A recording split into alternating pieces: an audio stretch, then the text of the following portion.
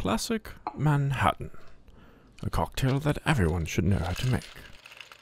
He begins with a coupe glass and adds ice, because he wants to chill it. Chilling the glass helps because this cocktail is served up. The water helps accelerate the cooling.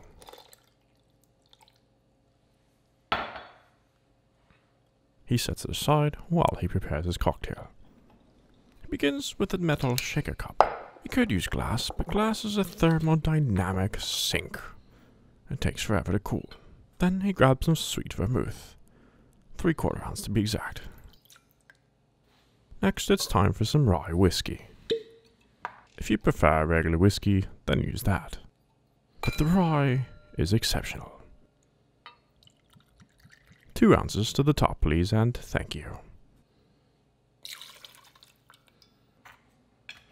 Finally, 2 dashes of angostura aromatic bitters.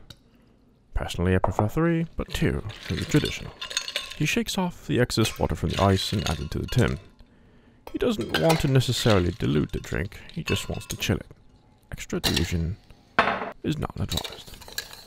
He stirs for about 15 seconds and sets it aside while he dumps the ice. This ice is no longer needed, but you can use it to make ice cream or feed your dog. He shakes the excess water, grabs the strainer, and places it over his cup, where you don't want the ice. And one last shake to make sure it's dry. And there you have it. The golden brown nectar of the city. How it got its name, I'm not really sure.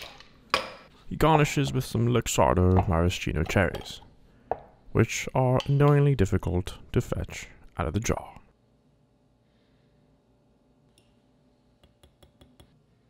And that is how you make a classic Manhattan. If you like this video, share, like, and subscribe, and until next time, drink well.